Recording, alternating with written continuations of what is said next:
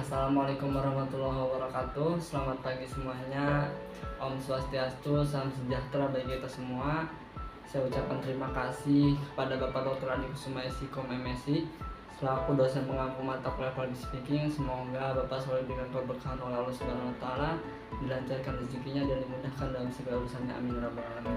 Saya ucapkan terima kasih juga kepada teman-teman, kepada rekan-rekan yang telah menonton video ini. Semoga rezeki teman-teman atau rekan-rekan telah menonton video dilancarkan oleh Allah Subhanahu wa taala, amin.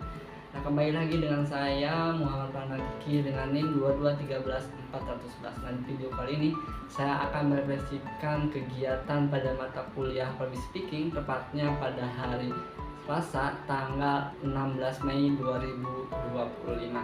Nah, kelas tidak dimulai seperti biasanya dikarenakan pada hari itu tanggal merah gitu, tapi kita sesuai kesepakatan kemarin kita tetap masuk gitu ya melalui Gimit gitu. Kita perkuliahan pada hari Selasa kemarin itu melalui Gimit gitu ya, secara online gitu. Dan setelah itu Pak Adi langsung mulai kelas, mengabsen kita semua. Setelah itu Pak Adi memberitahu bahwasannya pada hari ini tuh tidak ada yang penampilan 10 menit loh, tidak ada yang berbicara depan atau tidak ada yang berbicara selama 10 menit dikarenakan itu tidak akan kondusif gitu, karena kita kan secara online gitu ya, itu tidak akan kondusif gitu. Oleh karena itu di sini kita langsung ke materi yang akan disampaikan oleh kelompok 1, yaitu kebetulan materi itu saya sendiri, kemudian ada Isna Pipa, kemudian ada Mawar Dwi, ada Setigia, ada Aisyah Dwi Ramadanti, ada Salsa Mulyana Sari, kemudian ada Kanaya, dan satu lagi ada Mawar Dwi. Nah, ada 7 orang gitu. Kita kelompok 1 yang akan menyampaikan materi. Kita itu menyampaikan materi tentang persiapan mental, pengetahuan, kemudian performa bahasa, kemudian bahasa verbal dan non verbal, kemudian simbol dan simbol dan penampilan dalam public speaking. Nah, itu adalah 4 materi yang kami jelaskan di minggu kemarin. Yang pertama yaitu persiapan mental dan pengetahuan. Ini dijelasin sama Mawar itu. Mawar ini menjelaskan tentang bahwa yang Mawar jelasin itu persiapan mental itu sangat penting sekali gitu dalam public speaking. Nah, tentunya ini sangat penting sekali gitu bagi kita juga. Ketika kita berbicara di depan umum, tentunya kita harus mempersiapkan mental kita terlebih dahulu sehingga apa yang akan kita sampaikan itu tersampaikan dengan baik, sehingga yang akan kita sampaikan itu tersampaikan dengan lancar gitu ya, tidak ada halangan apapun apabila mental kita sudah siap. Nah, persiapan mental ini ada 3 yang mau sampaikan. Yang pertama itu meliputi tentang latihan. Nah, tentunya kita bisa mengasah mental kita itu dengan latihan terus menerus, latihan berbicara terus di depan cermin, kemudian latihan presentasi, kemudian latihan learning. Nah, learning journal ini sebenarnya bisa melatih kesiapan mental kita. Nanti kita sudah terbiasa juga gitu berbicara depan umum. Nah, selain latihan ada juga mengendalikan rasa gugup. Nah, tentunya kita bisa mengendalikan rasa gugup kita dengan mengatur pernapasan kita. Kemudian kita juga bisa mengubah pemikiran kita yang tadinya takut menjadi tidak takut, yang tadinya tidak berani bisa menjadi berani. Itu dalam mental kita bisa mengendalikan rasa gugup kita gitu. Nah, yang ketiga itu ada membangun kepercayaan diri. Nah, tentunya ini sangat penting sekali teman-teman. Membangun kepercayaan diri ini dalam melakukan public speaking itu sangat penting sekali. Dengan kepercayaan diri kita dan apabila kepercayaan diri kita telah ada, itu penampilan kita pun ataupun kesiapan mental kita pun udah siap, benar-benar siap gitu apabila kita percaya diri gitu. Dan kita juga tidak akan gugup gitu. Kita insya Allah akan lancar ketika kita percaya diri dengan apa yang akan kita sampaikan gitu. Nah, itu adalah mengenai persiapan mental. Itu sangat penting sekali gitu teman-teman. Nah, selanjutnya itu persiapan pengetahuan. Nah, tentunya persiapan pengetahuan juga sangat penting sekali gitu dalam public speaking.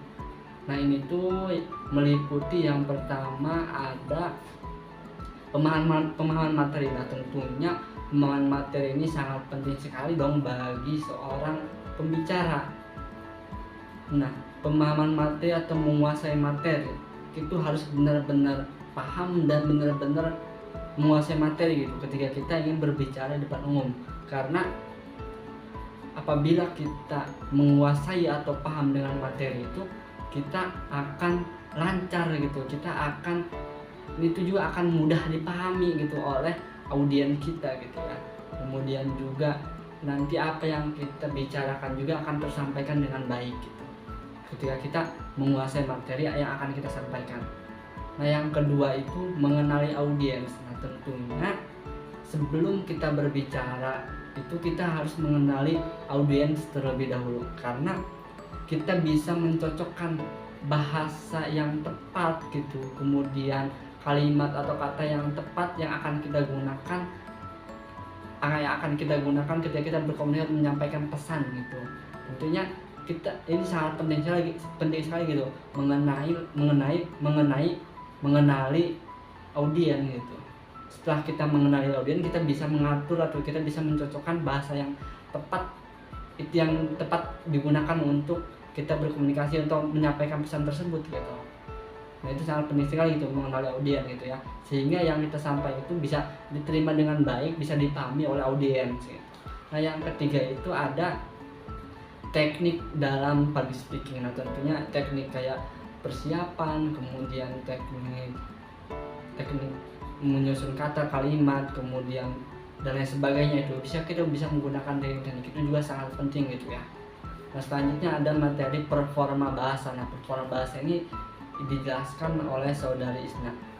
Ini performa bahasa ini meliputi yang pertama itu ada diksi. Diksi ini adalah kita menyusun kata ataupun menyusun kalimat dengan tepat atau dengan baik sesuai apa yang akan kita sampaikan gitu ya. Kita juga menyesuaikan audiensnya juga gitu. Kemudian yang kedua itu struktur kalimat. Dalam performa bahasa itu ada struktur kalimat. Nah, struktur kalimat seperti apa sih yang akan digunakan? Itu adanya di performa bahasa gitu. Kita menggunakan sebuah kalimat seperti apa, kita adanya itu di performa bahasa.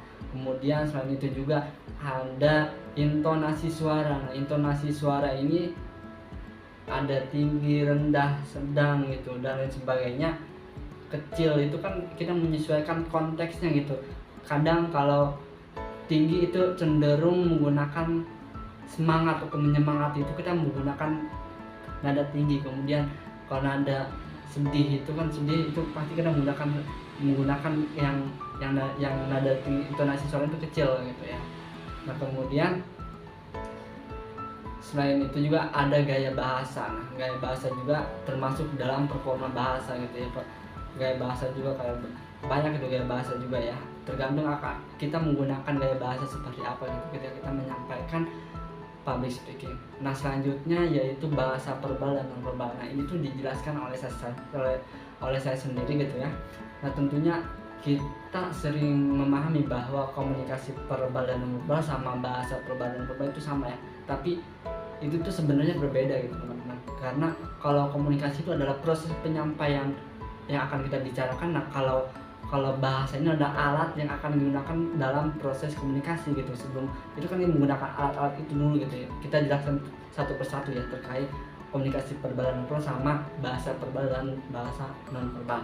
Nah kalau komunikasi verbal ini adalah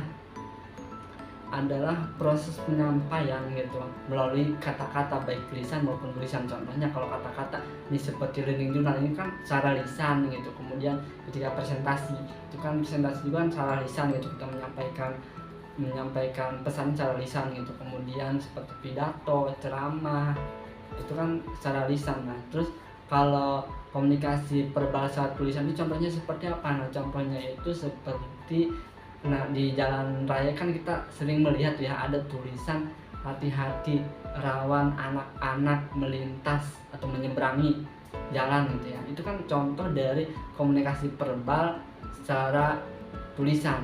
Itu kan ada tulisan gitu ya di jalan, itu adalah contoh dari komunikasi verbal secara tulisan. Nah sedangkan kalau bahasa verbal itu seperti apa sih? Nah kalau bahasa verbal itu seperti kalau bahasa verbal adalah alat atau simbol yang kita gunakan sebelum kita mengkomunikasikan tersebut, seperti diksi ataupun kita menyusun kata yang tepat. kemudian struktur kalimatnya, fonem, kemudian gaya, kemudian kata atau kalimatnya gitu ya. Nah, semisal kan kita sebelum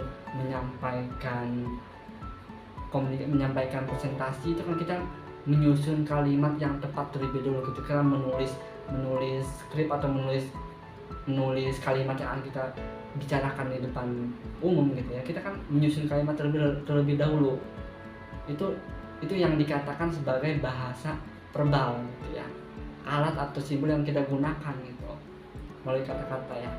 Nah, kalau komunikasi non verbal itu komunikasi yang proses penyampaian komunikasi secara tidak kata-kata, dalam artian tuh menggunakan bahasa tubuh, gerakan tubuh, intonasi suara.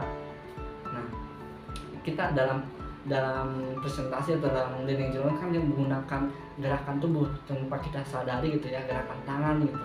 Nah, itu tuh contoh dari komunikasi non verbal. Nah, sedangkan kalau bahasa non verbal itu seperti apa? Nah, bahasa non verbal adalah alat atau simbol yang digunakan tanpa kata-kata, dalam arti kayak gambar visual, kemudian bahasa isyarat, kemudian simbol ataupun warna gitu ya. Contohnya kan bahasa isyarat di Indonesia kan kayak bisindo.